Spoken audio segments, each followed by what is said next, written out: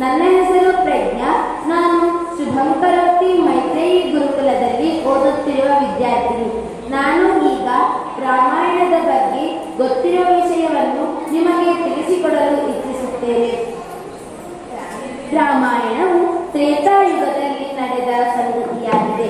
ಹಿಂದೆ ಪ್ರಚೇತಸ ಎಂಬ ಮುನಿಗಳು ವಾಸವಾಗಿದ್ದರು. ಅಲ್ಲಿ ಪ್ರಚೇತಸರಿಗೆ ರತ್ನಾಕರ ಎಂಬ ಮಗ ಹುಟ್ಟಿದನು. ಆ ರತ್ನಾಕರನು ಬುದ್ಧಿವಂತನು, ಶೀಲವಂತನೂ ಸಹ ಆಗಿದ್ದನು.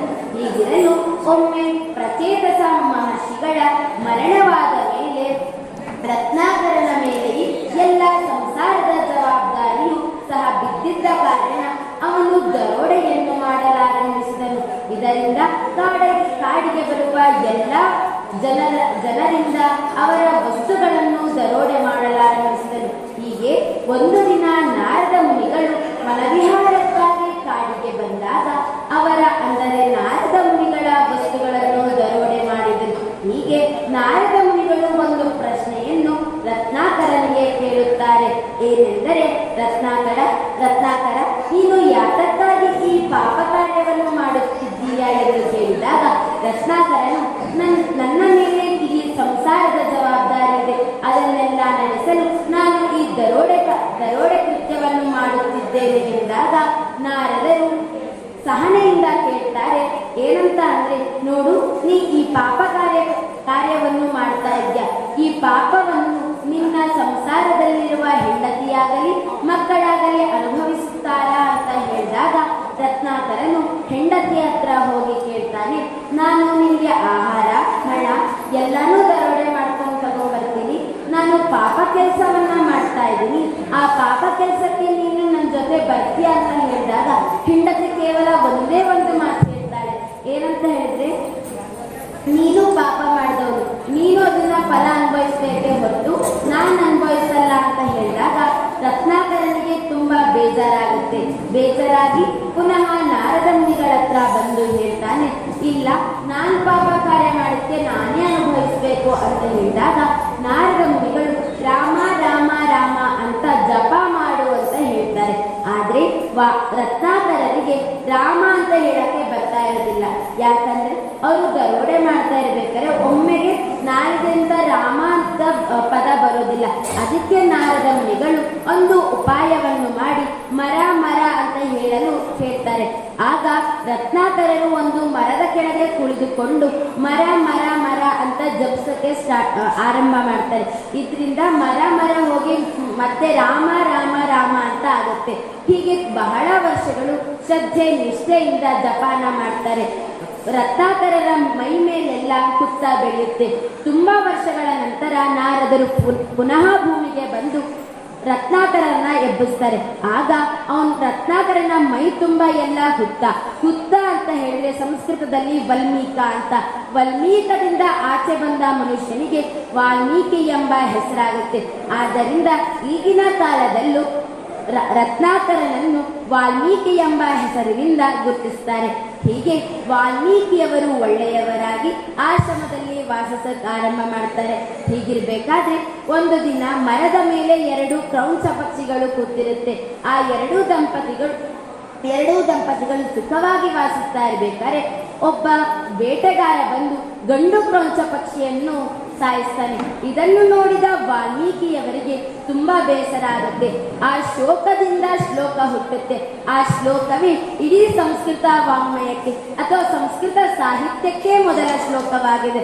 ಆ ಶ್ಲೋಕ ಏನಂತ ಹೇಳಿದ್ರೆ, ಮಾನಿಷಾದ ಪ್ರತಿಷ್ಠಾನ ತ್ವಮಗಮ ಶಾಶ್ವತಿ ಸಮಾಹ ಯತ್ರೌತ ಮಿಥುನಾದೇಕಂ ಅವಧಿ ಕಾಮ ಮೋಕ್ಷಿತಾಹ ಅಂತ.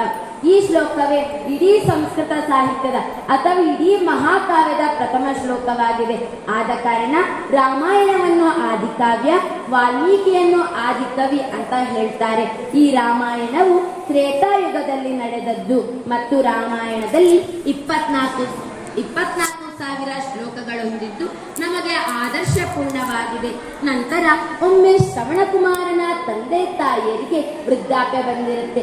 ಅವರಿಗೆ ಒಂದು ಆಸೆ ಇರುತ್ತೆ, ಒಮ್ಮೆ ನಾನು ಸಾಯುವ ಮುಂಚೆ ಕಾಶಿಗೆ ಬರಬೇಕಾದಂತ ಆಸೆನ ತನ್ನ ಮಗನಾದ ಶ್ರವಣಕುಮಾರನಲ್ಲಿ ಹೇಳಿಕೊಂಡಾಗ ಶ್ರವಣಕುಮಾರ ಇಲ್ಲ ಅಂತ ಹೇಳ್ದೇನೆ ತನ್ನ ತಂದೆ ತಾಯಿ ಇಬ್ಬರನ್ನೂ ಪೂಜ್ಯ ಭಾವದಿಂದ ಕಂಡು ಹೆಗಲ ಮೇಲೆ ತಂದೆ ತಾಯಿ ಇಬ್ಬರನ್ನೂ ಇರಿಸಿಕೊಂಡು ಕಾಶಿ ಯಾತ್ರೆಗೆ ಹೊರಡ್ತಾನೆ.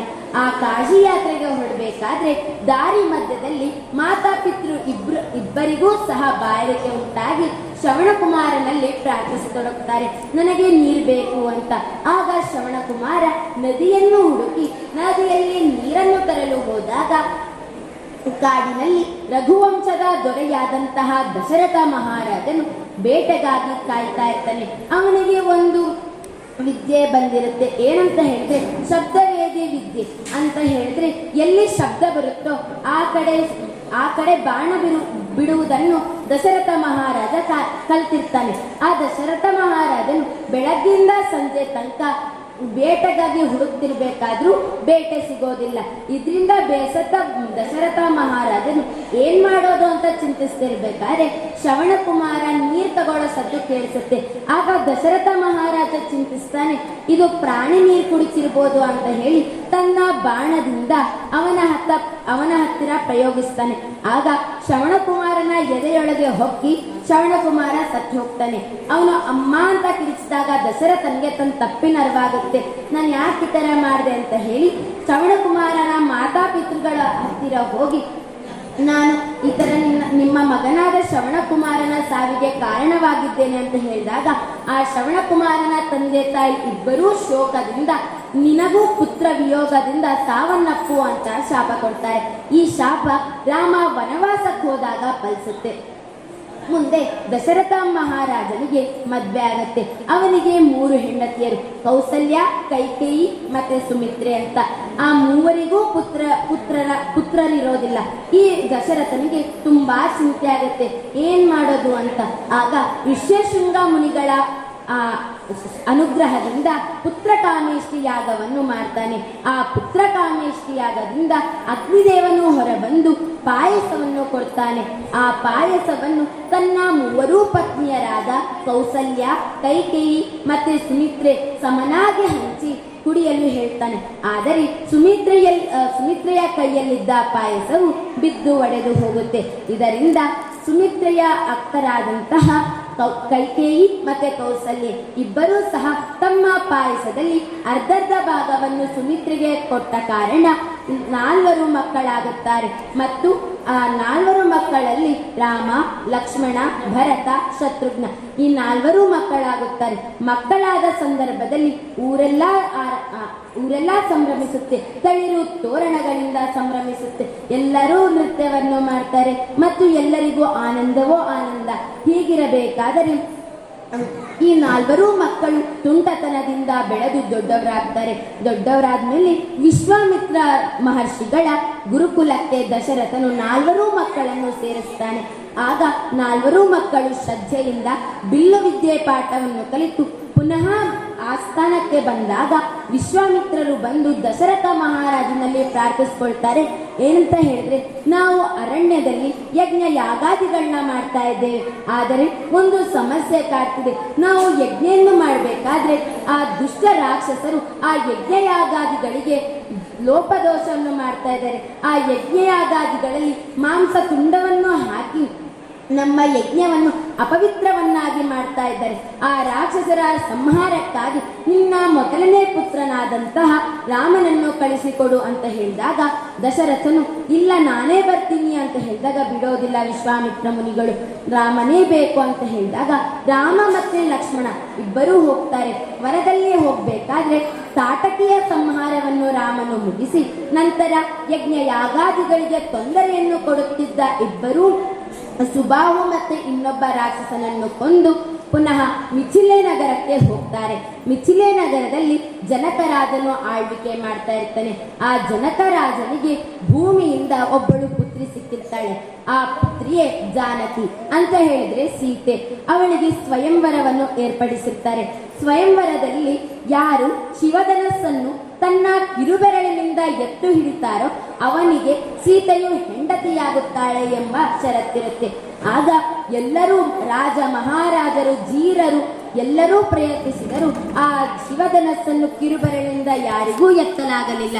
ಹೀಗಿರಬೇಕಾದರೆ ವಿಶ್ವಾಮಿತ್ರರು ರಾಮ ಮತ್ತು ಲಕ್ಷ್ಮಣ ಇಬ್ಬರನ್ನು ಮಿಥಿಲೆ ಎಂಬ ಗ್ರಾಮಕ್ಕೆ ಕರೆದೊಯ್ದು ಅವರಿಗೆ ಇಲ್ಲಿ ಏನು ಆಗುತ್ತಿದೆ ಅಂತ ಪರಿಚಯಿಸಿಕೊಡ್ತಾರೆ. ನಂತರ ರಾಮನು ತನ್ನ ಕಿರುಬೆರಳಿನಿಂದ ಶಿವಧನಸ್ಸನ್ನು ಎತ್ತಿ ಅದನ್ನು ಮುರಿಯುತ್ತಾನೆ.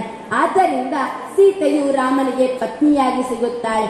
ಮತ್ತೆ ಸೀತೆಯ ಸಹೋದರಿಯರಾದ ಊರ್ಮಿಳಾ, ಮಾಂಡವಿ ಮತ್ತು ಶ್ರುತಕೀರ್ತಿ ಕಾಲಾನುಗತವಾಗಿ ರಾಮ, ಲಕ್ಷ್ಮಣ, ಭರತ, ಶತ್ರುಘ್ನ ಈ ನಾಲ್ವರಿಗೂ ಪತ್ನಿಯರಾಗಿ ಸಿಗುತ್ತಾರೆ. ಹಾಗೆ ತುಂಬಾ ವರ್ಷಗಳ ನಂತರ ದಶರಥ ಮಹಾರಾಜನಿಗೆ ವೃದ್ಧಾಪ್ಯವು ಹತ್ರ ಬರುತ್ತೆ. ವೃದ್ಧಾಪ್ಯ ಬಂದಾಗ ಎಲ್ಲರಿಗೂ ಚಿಂತೆ ಆಗೇ ಇರುತ್ತೆ. ನನ್ನ ಆಸ್ತಿ ಯಾರಿಗೆ ಕೊಡೋದು, ಯಾರಿಗೆ ಮತ್ತೆ ಮುಂದೆ ಈ ರಾಜ್ಯನ ನೋಡ್ಕೋತಾರೆ ಅಂತ ದಶರಥನು ಯೋಚನೆ ಮಾಡ್ತಾ ಇರ್ತಾನೆ. ಆಗ ವಸಿಷ್ಠ ಮುನಿಗಾನು ಇಲ್ಲಿ ತನಕ ನಮ್ಮ ಪೂರ್ವಜರು ಏನ್ ಬಿಟ್ಟು ಹೋಗಿದಾರಲ್ಲ ಎಲ್ಲನೂ ಧರ್ಮದಿಂದ ಪಾಲಿಸಿದ್ದೇನೆ. ಇನ್ನು ನನ್ನ ಅಂತ್ಯಕ್ರಿಯೆಯೂ ಬಂದಿದೆ. ನನ್ನ ಮೊದಲ ಮಗನಾದಂತ ರಾಮನಿಗೆ ಪಟ್ಟಾಭಿಷೇಕವನ್ನು ಮಾಡಲು ಇಚ್ಛಿಸಿದ್ದೇನೆ. ಒಪ್ಪಿಗೆ ಇದೆಯಾ ಅಂತ ಕೇಳಿದಾಗ ಸುಮಂತ್ರಾದಿ ಪ್ರಮುಖ ಮಂತ್ರಿಗಳು ಒಪ್ಪಿಗೆ ಕೊಡ್ತಾರೆ, ವಸಿಷ್ಠ ಮುನಿಗಳು ಒಪ್ಪಿಗೆ ಕೊಡ್ತಾರೆ. ಈ ಒಪ್ಪಿಗೆಯಿಂದ ರಾಮನ ಪಟ್ಟಾಭಿಷೇಕ ನಿರ್ಣಯವಾಗುತ್ತೆ. ರಾಮನ ಪಟ್ಟಾಭಿಷೇಕ ದಿನವೂ ಬರುತ್ತೆ. ಎಲ್ಲಾ ಊರಿನ ಜನರು ಹೊಸ ಉಡುಗೆಯನ್ನು ತೊಟ್ಟು ತಳಿರು ತೋರಣದಿಂದ ಸಿಂಗರಿಸಿ ಊರಿನ ಜನರೆಲ್ಲರೂ ಸಂಭ್ರಮಿಸುತ್ತಿರುತ್ತಾರೆ. ಹೀಗೆಯೇ ಕೈಕೇಯಿ, ಸುಮಿತ್ರೆ, ಕೌಸಲ್ಯ ಮೂವರೂ ಹೆಂಡತಿಯರು ಆನಂದದಿಂದಿರುತ್ತಾರೆ. ಈ ಮಧ್ಯೆ ಕೈಕೇಯಿಯ ಮಂತ್ರಿಯಾದಂತಹ ಅಥವಾ ಸೇವಕಿಯಾದಂತಹ ಮಂಚನೆ ಎಂಬುವವಳು ಕೈಕೇಯಿಯ ಮನಸ್ಸಿಗೆ ಕೆಟ್ಟ ಬೀಜವನ್ನು ಬಿತ್ತಾಳೆ. ನೋಡು ಕೈಕೇಯಿ, ಈ ಭರತ ರಾಜನಾಗಬೇಕು, ಇಲ್ಲದಿದ್ದರೆ ರಾಮನ ರಾಜನಾಗುತ್ತಾನೆ. ಎಲ್ಲಾ ಅವಕಾಶಗಳು ರಾಮನ ಮೇಲೆ ಬೀಳುತ್ತದೆ ಹೊರತು ನಿನ್ನ ಮಗ ಭರತನ ಮೇಲಲ್ಲ ಅಂತ ತುಂಬಿಸ್ತಾಳೆ. ಇದರಿಂದ ಕೈಕೇಯಿಯ ಮನಸ್ಸು ಸಹ ಕಲ್ಮಶವಾಗುತ್ತದೆ. ತನ್ನ ಪುತ್ರನಂತೆ ಕಾಣುತ್ತಿದ್ದ ರಾಮನ ಮೇಲೆ ದುಷ್ಟ ಕಣ್ಣು ಬಿದ್ದು ದಶರಥನಿಗೆ ಕೇಳ್ತಾಳೆ ಅವಳು, ನೀವು ನನ್ನ ಮದುವೆಯಾಗುವ ವೇಳೆಗೆ 2 ವರ ಹೇಳಿದ್ರಲ್ಲ, ನಾನು ಅದನ್ನ ಕೇಳ್ತೀನಿ, ಈಡೇರಿಸ್ತೀರಾ ಅಂತ. ದಶರಥನಿಗೆ ಗೊತ್ತಿರೋದಿಲ್ಲ ವಿಷಯ. ಅವನು ಹೇಳ್ತಾನೆ, ಆಯ್ತು ಈಡೇರಿಸ್ತೀನಿ, ಹೇಳು ಅಂತ. ಆಗ ಕೈಕೇಯಿ ಮೊದಲನೇ ವರವಾಗಿ ರಾಮನು 14 ವರ್ಷ ವನವಾಸಕ್ಕೆ ಹೋಗ್ಬೇಕು ಅಂತ ಕೇಳ್ತಾನೆ. ಮತ್ತು 2ನೇ ವರವಾಗಿ ತನ್ನ ಮಗನಾದ ಭರತನು ರಾಜನಾಗಬೇಕು ಅಂತ ಕೇಳ್ತಾನೆ. ಆಗ ದಶರಥನು 2ನೇ ವರಕ್ಕೆ ಒಪ್ಪುತ್ತಾನೆಯೇ ಹೊರತು ಮೊದಲನೇ ವರಕ್ಕೆ ಒಪ್ಪುವುದಿಲ್ಲ. ಇದರಿಂದ ಎಷ್ಟೇ ಆದರೂ ಕೈಕೇಯಿ ಬಿಡೋದಿಲ್ಲ. ಆದ ಕಾರಣ ದಶರಥನು ಮನಸ್ಸಿಲ್ಲದ ಮನಸ್ಸಿನಿಂದ ಆಯ್ತು ಅಂತ ಒಪ್ತಾನೆ. ಹಾಗೆಯೇ ರಾಮನಿಗೂ ಒಪ್ಪಿಸ್ತಾನೆ. ಮತ್ತು ಪಿತೃವಾಕ್ಯ ಪಾಲಕನಾದಂತಹ ರಾಮನು ತಾನು ವನವಾಸಕ್ಕೆ ಹೋಗುವುದಾಗಿ ಒಪ್ಪಿಕೊಂಡಾಗ ತನ್ನ ಪತ್ನಿಯಾದ ಸೀತೆಯು ಮತ್ತು ತನ್ನ ತಮ್ಮನಾದ ಲಕ್ಷ್ಮಣನೂ ಸಹ ತನ್ನ ಜೊತೆಗೆ ಬರುವುದಾಗಿ ಹೇಳಿ ವನವಾಸಕ್ಕೆ ಹೋಗ್ತಾರೆ. ಆಗ ಇಡೀ ಊರಿನ ಜನರೂ ಸಹ ರಾಮನ ಹಿಂಬಾಲಕರಾಗಿ ಹೋಗ್ತಾರೆ. ಯಾರೂ ಊರಿಗೆ ಮರಳೋದಿಲ್ಲ. ಮೊದಲನೆಯದಾಗಿ ಚಿತ್ರಕೂಟಕ್ಕೆ ಹೋಗಿ ಅಲ್ಲಿ ವಿಶ್ರಾಂತಿಯನ್ನು ಪಡೆಯುತ್ತಾರೆ. ಆಗ ಎಲ್ಲ ಜನರು ಅಂದರೆ ಊರಿನ ಜನರು ನಿದ್ದೆಗೆ ಜಾರಿದಾಗ ರಾಮ, ಲಕ್ಷ್ಮಣ ಮತ್ತು ಸೀತೆ ಈ ಮೂವರು ಆ ಕಾಡಿನಿಂದ ಮುಂದೆ ಹೋಗ್ತಾರೆ. ನಂತರ ಗಂಗಾ ನದಿಯಲ್ಲಿ ಇದ್ದ ಗುಹನನ್ನು ಭೇಟಿಯಾಗಿ ಹಡಗಿನಿಂದ ಬೇರೆ ಊರಿಗೆ ಹೋಗಿ ಅಲ್ಲಿ ಸುಂದರವಾದ ಆಶ್ರಮವನ್ನು ನಿರ್ಮಾಣ ಮಾಡ್ತಾರೆ. ಮತ್ತೆ ಆ ಆಶ್ರಮದಲ್ಲಿ ಸುಂದರವಾದ ಬದುಕನ್ನು, ಸರಳವಾದ ಜೀವನವನ್ನು ನಡೆಸುತ್ತಿದ್ದಂತಹ ಸೀತೆ, ರಾಮ, ಲಕ್ಷ್ಮಣರನ್ನು ಕಂಡಂತಹ ಶೂರ್ಪಣಖಿಯು ಅಂದರೆ ರಾವಣನ ತಂಗಿಯು ರಾಮನನ್ನು ಬಂದು ಕೇಳ್ತಾಳೆ, ಹೇ ರಾಮ, ನೀನು ನನ್ನನ್ನು ಮದುವೆಯಾಗ್ತೀಯಾ ಅಂತ ಕೇಳ್ತಾಳೆ. ಆಗ ರಾಮ ಉತ್ತರಿಸ್ತಾನೆ, ನಾನು ಏಕಪತ್ನಿವ್ರತಸ್ಥ, ನಾನು ನಿನ್ನನ್ನು ಮದುವೆಯಾಗಲಾರೆ, ನನ್ನ ತಮ್ಮನಾದಂತಹ ಲಕ್ಷ್ಮಣನನ್ನು ಮದುವೆಯಾಗು ಅಂತ ಹೇಳ್ತಾನೆ. ಆಗ ಲಕ್ಷ್ಮಣನು ಶೂರ್ಪಣಖಿಯ ಮೂಗನ್ನು ಕತ್ತರಿಸ್ತಾನೆ. ಇದರಿಂದ ಕ್ರೋಧಗೊಂಡ ಶೂರ್ಪಣಖಿಯ ಅಣ್ಣನಾದಂತಹ ರಾವಣನು ಸೀತೆಯ ಬಳಿ ಬಂದು ಸೀತೆಯ ಸೌಂದರ್ಯವನ್ನು ಕಂಡು ಮೋಹಿತನಾಗ್ತಾನೆ. ಮತ್ತು ಅವನು ಮಾರೀಚ ಎಂಬ ರಾಕ್ಷಸನ ಬಳಿ ಹೋಗಿ, ನೀನು ಮಾಯಾಜಿಂಕೆಯ ರೂಪವನ್ನು ತಾಳಬೇಕು ಮತ್ತು ನೀನು ಸೀತೆಗೆ ಆಕರ್ಷಣೀಯವಾಗಬೇಕು ಅಂತ ಹೇಳ್ತಾನೆ. ಆಗ ಮಾರೀಚನು ಒಪ್ಪಿಗೆಯಿಂದ ತಾನು ರಾಕ್ಷಸನ ವೇಷವನ್ನು ತೊಡೆದು ಹಾಕಿ ಮಾಯಾಚಿಂತೆಯ ರೂಪದಲ್ಲಿ ಸೀತೆಯ ಮುಂದೆ ಅಡ್ಡಾಡ್ತಾನೆ. ಇದರಿಂದ ಸೀತೆಗೆ ಬಲು ಇಷ್ಟ ಆಗುತ್ತೆ. ರಾಮನಿಗೆ ಹೇಳ್ತಾನೆ, ನಾನು ಜೀವನದಲ್ಲಿ ಇಲ್ಲಿಯವರೆಗೂ ಎಂದಿಗೂ ನಾನು ಯಾವ ಆಸೆನೂ ಕೇಳಿಲ್ಲ, ಈ ಒಂದು ಆಸೆಯನ್ನು ಈಡೇರಿಸಿಕೊಡು ಅಂತ ಹೇಳಿದಾಗ ರಾಮನು ಏನು ಅಂತ ಕೇಳಿದಾಗ, ನನಗೆ ಈ ಮಾಯಾ ಜಿಂಕೆಯ ಅವಶ್ಯಕತೆ ಇದೆ, ನೀನು ತಂದುಕೊಡು ಅಂತ ಹೇಳ್ತಾನೆ. ಇದರಿಂದ ರಾಮನು ತನ್ನ ಪತ್ನಿಯ ಆಸೆಯಂತೆ ಬಿಲ್ಲು ಬಾಣವನ್ನು ಹೆಗಲಿಗೆ ಏರಿಸಿ ಆ ಮಾಯಾ ಜಿಂಕೆಯನ್ನು ಹಿಡಿಯಲು ಹೊರಡುತ್ತಾನೆ. ಈ ಮಧ್ಯದಲ್ಲಿ ಮಾರೀಚ ಎಂಬ ರಾಕ್ಷಸನು ಅಪೇಕ್ಷೆಯಿಂದಲೇ ಓ ಸೀತಾ, ಓ ಲಕ್ಷ್ಮಣ ಎಂಬ ಕಿರುಚನ್ನು ಕಿರುಚುತ್ತಾನೆ. ಇದರಿಂದ ಸೀತೆಯು ಗಾಬರಿಗೊಂಡು ಓ ನನ್ನ ರಾಮನೇ ಸತ್ತು ಹೋದನೇನೋ ಎಂದು ಅಂದುಕೊಂಡು ತನ್ನ ತಮ್ಮನಾದಂತಹ ಲಕ್ಷ್ಮಣನಿಗೆ ಹೇಳ್ತಾನೆ, ಹೇ ಲಕ್ಷ್ಮಣ, ನನ್ನ ಪತಿಯಾದಂತಹ ರಾಮನನ್ನು ನೋಡಿಕೊಂಡು ಬಾ ಅಂತ. ಲಕ್ಷ್ಮಣ ಒಪ್ಪೋದಿಲ್ಲ. ಆದರೂ ಸಹ ಸೀತೆ ಬಿಡದೆ ಇದ್ದ ಕಾರಣ ಲಕ್ಷ್ಮಣ ರೇಖೆಯನ್ನು ಹಾಕಿ ಲಕ್ಷ್ಮಣನು ರಾಮನ ಹುಡುಕಾಟಕ್ಕಾಗಿ ಹೋಗ್ತಾನೆ. ಈ ಮಧ್ಯದಲ್ಲಿ ರಾವಣನು ಋಷಿ ವೇಷವನ್ನು ಧರಿಸಿಕೊಂಡು ಭವತಿ ಭಿಕ್ಷಾಂದೇಹಿ ಎಂದು ಕೇಳಿಕೊಳ್ಳುತ್ತಾ ಸೀತೆಯ ಮನೆಯ ಮುಂದೆ ಬಂದು ಭವತಿ ಭಿಕ್ಷಾಂದೇಹಿ ಅಂತ ಕೇಳ್ತಾನೆ. ಆಗ ಸೀತೆಯು ತನ್ನಲ್ಲಿದ್ದ ಸ್ವಲ್ಪ ಅಕ್ಕಿ ಕಾಳುಗಳನ್ನು ಲಕ್ಷ್ಮಣ ರೇಖೆಯ ಹಿಂದೆಯೇ ನಿಂತುಕೊಂಡು ಕೊಡುವಾಗ, ನಾನು ತೆಗೆದುಕೊಳ್ಳುವುದಿಲ್ಲ, ನೀನು ಆ ರೇಖೆಯನ್ನು ದಾಟಿಕೊಂಡು ಬಾ, ಇಲ್ಲದಿದ್ದರೆ ನಿನ್ನ ಪತಿಗೆ ಏನೋ ಅಪಾಯವಿದೆ ಅಂತ ರಾವಣನು ಹೆದರಿಸ್ತಾನೆ. ಆಗ ಸೀತೆಯು ಭಯದಿಂದ ಆ ಲಕ್ಷ್ಮಣ ರೇಖೆಯನ್ನು ದಾಟಿ ಹೊರಗೆ ಬಂದಾಗ ಸೀತೆಯನ್ನು ರಾವಣನು ಅಪಹರಿಸಿಕೊಂಡು ಹೋಗ್ತಾನೆ. ಹೀಗಿರುವಾಗ ಆ ಅಪಹರಿಸಿಕೊಂಡು ಹೋಗುವ ಸಮಯದಲ್ಲಿ ರಾಮನ ಮಿತ್ರನಾದಂತಹ ಜಟಾಯುವು ಆ ರಾವಣನ ಜೊತೆ ಯುದ್ಧ ಮಾಡ್ತಾನೆ. ಆ ಯುದ್ಧದಲ್ಲಿ ಜಟಾಯುವು ಸೋತು ಕೆಳಗೆ ಬೀಳ್ತಾನೆ. ಆಗ ರಾಮ ಮತ್ತು ಲಕ್ಷ್ಮಣರು ಸೀತೆಯ ಅನ್ವೇಷಣೆಗಾಗಿ ನಡಿತಾ ಸೀತೆಯನ್ನು ಸೀತೆ ಸೀತೆ ಅಂತ ಕೂತ್ಕೊಂಡು ಹೋಗ್ಬೇಕಾದ್ರೆ ಅಲ್ಲಿ ಜಟಾಯು ಪಕ್ಷಿ ಬಿದ್ದಿರೋದು ಕಾಣುತ್ತೆ. ಆಗ ಜಟಾಯು ಹೇಳುತ್ತೆ, ಈಗ ತಾನೇ ನಿನ್ನ ಪತ್ನಿಯಾದಂತಹ ಸೀತೆಯು ರಾವಣನ ಜೊತೆ ಹೋಗಿದ್ದಾಳೆ, ಅವಳು ಲಂಕಾನಗರಿಗೆ ಹೋಗಿದ್ದಾಳೆ ಅಂತ ಹೇಳಿ ಜಟಾಯು ಪ್ರಾಣವನ್ನು ತ್ಯಜಿಸುತ್ತೆ. ನಂತರ ಅವರು ಲಂಕಾನಗರಿಗೆ ಹೋಗಬೇಕಾದರೆ ಅಲ್ಲಿ ಹನುಮಂತನ ಪರಿಚಯವಾಗುತ್ತೆ, ಸುಗ್ರೀವನ ಪರಿಚಯವಾಗುತ್ತೆ. ಮತ್ತೆ ರಾಮನು ವಾಲಿಯನ್ನು ಕೊಲ್ಲುತ್ತಾನೆ. ಏಕೆಂದರೆ ವಾಲಿಯು ತನ್ನ ತಮ್ಮನಾದಂತಹ ಸುಗ್ರೀವನಿಗೆ ತುಂಬಾ ಹಿಂಸೆಯನ್ನು ಕೊಡುತ್ತಿರುವ ಕಾರಣ ಸುಗ್ರೀವನು ವಾಲಿಯನ್ನು ಕೊಲ್ಲುವುದಾಗಿ ರಾಮನಿಗೆ ಹೇಳಿದ್ದ ಕಾರಣ ರಾಮನು ವಾಲಿಯನ್ನು ಸಂಹರಿಸುತ್ತಾನೆ.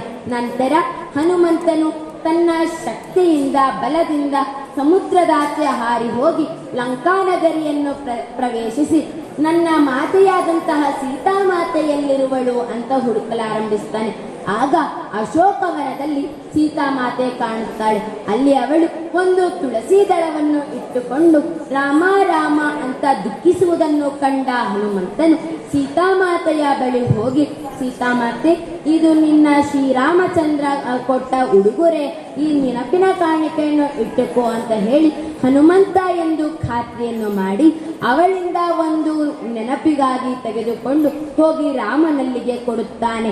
ಈ ಮಧ್ಯದಲ್ಲಿ ಇದನ್ನು ತಿಳಿದ ರಾವಣನ ಸೇವಕರು ಬಂದು ರಾಮನ ಸೇವಕನಾದಂತಹ ಹನುಮಂತನ ಬಾಲಕ್ಕೆ ಬೆಂಕಿಯನ್ನು ಹಚ್ಚಿದಾಗ ಆ ಬೆಂಕಿಯಿಂದ ಇಡೀ ಲಂಕೆಯನ್ನು ಸುಟ್ಟು ಹನುಮಂತನು ರಾಮನಿದ್ದ ಸ್ಥಳಕ್ಕೆ ಹೋಗುತ್ತಾನೆ ಮತ್ತು ಅಲ್ಲಿ ರಾಮನಿಗೆ ವಿಚಾರವನ್ನು ತಿಳಿಸಿ ಇಡೀ ವಾನರ ಸೈನ್ಯವನ್ನು ಸಿದ್ಧ ಮಾಡಿಕೊಂಡು ಲಂಕೆ ನಗರಿಗೆ ಹೋಗ್ತಾರೆ. ಆ ಲಂಕಾ ನಗರಿಗೆ ಹೋಗ್ಬೇಕಾದ್ರೆ ಅಲ್ಲಿ ಸಾಗರವನ್ನೇ ದಾಟುವ ಪರಿಸ್ಥಿತಿ. ಸಾಗರವನ್ನು ದಾಟಬೇಕಾದರೆ ಯಾವ ವ್ಯವಸ್ಥೆಯೂ ಇಲ್ಲ. ಆಗ ವಾನರ ಸೈನ್ಯರೆಲ್ಲರೂ ಸಹ ಸೇರಿ ತಮ್ಮ ಶಕ್ತಿಯಲ್ಲಾದಷ್ಟು ಕಲ್ಲುಗಳನ್ನು ಜೈ ಶ್ರೀರಾಮ್ ಅಂತ ಬರೆದು ಸಮುದ್ರದಲ್ಲಿ ಇಟ್ಟು ಸೇತುವೆಯನ್ನು ನಿರ್ಮಿಸುತ್ತಾರೆ. ಇದರ ಮಧ್ಯದಲ್ಲಿ ಪುಟ್ಟ ಅಳಿಲು ಸೇವೆಗಾಗಿ ಮರಳನ್ನು ತನ್ನ ಬೆನ್ನ ಮೇಲೆ ಹೊತ್ತಿಕೊಂಡು ಆ ಕಲ್ಲಿನ ಮಧ್ಯದಲ್ಲಿ ಹಾಕ್ತಾ ಇರುತ್ತೆ. ಆಗ ರಾಮನು ಅಳಿಲಿಗೆ ತುಂಬ ಮೂರು ಬೆರಳಿಂದ ಸವರಿದ್ದ ಕಾರಣ ಇಂದೂ ಸಹ ನಾವು ಅಳಿಲಿನ ಮೇಲೆ 3 ಬೆರಳ ಗುರುತನ್ನು ನಾವು ಕಾಣಬಹುದು. ಹೀಗೆ ಲಂಕಾನಗರಿಯನ್ನು ಪ್ರವೇಶಿಸಿದ ರಾಮ, ಲಕ್ಷ್ಮಣ ಮತ್ತು ಹಲವು ಸೈನ್ಯಗಳು ಅಲ್ಲೇ ಯುದ್ಧ ನಡೆಸ್ತವೆ. ಅಲ್ಲಿ ಕುಂಭಕರ್ಣನ ವಧೆಯಾಗತ್ತೆ ಮತ್ತು ಕುಂಭಕರ್ಣನ ಅಥವಾ ರಾವಣನ ತಮ್ಮನಾದಂತಹ ವಿಭೀಷಣನು ರಾಮನ ಪರವಾಗಿ ನಿಂತು ರಾವಣನ ವಿರುದ್ಧವಾಗಿ ಯುದ್ಧ ಮಾಡ್ತಾನೆ. ಕೊನೆಗೆ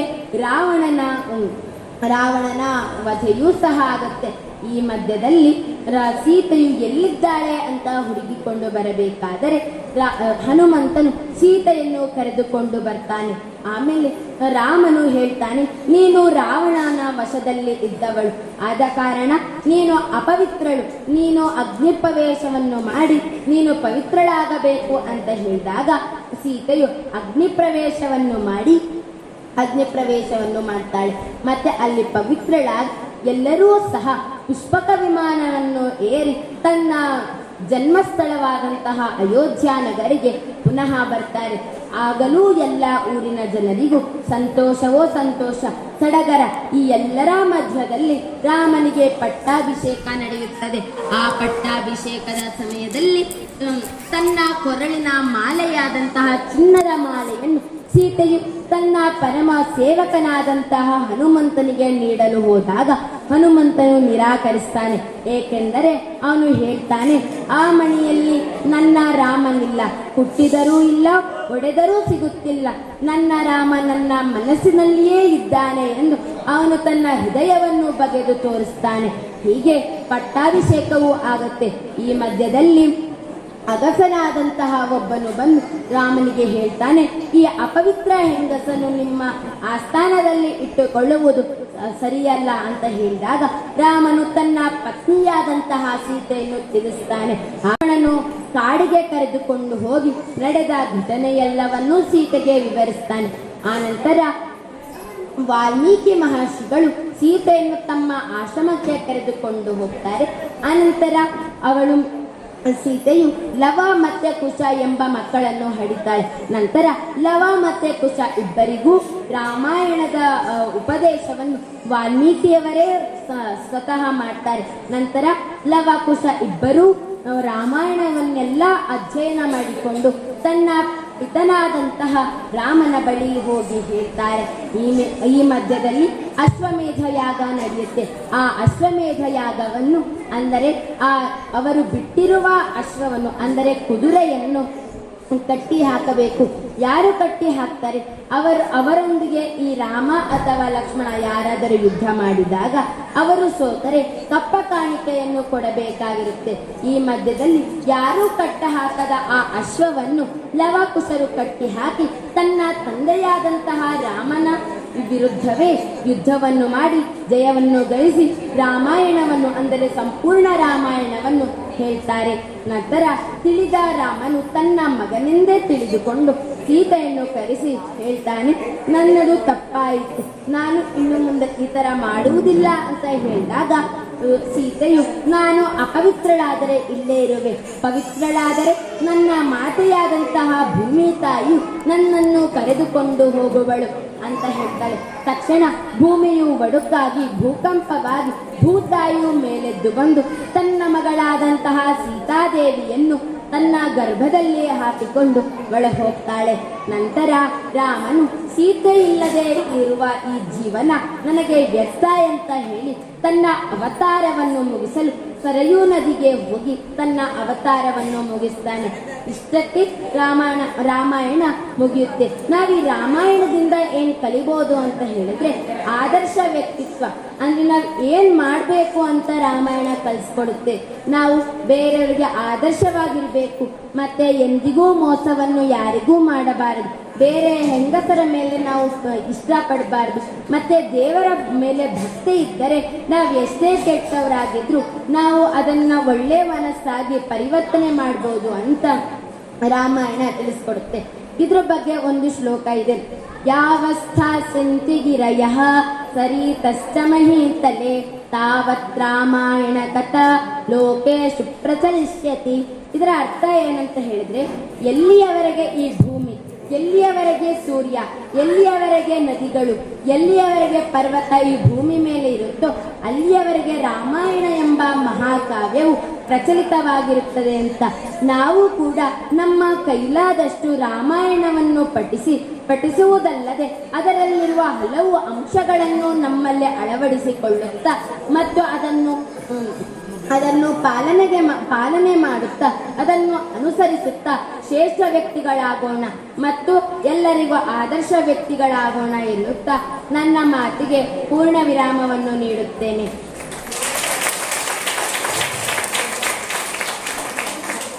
ಈಗ ನನ್ನ ತಂಗಿ ರಾಮನ ಬಗ್ಗೆ ಒಂದು ಹಾಡನ್ನು ಹೇಳಿ ನನ್ನ ಭಾಷಣಕ್ಕೆ ಮುಕ್ತಾಯವನ್ನು ಹಾಡುತ್ತಾಳೆ. ಧನ್ಯವಾದ.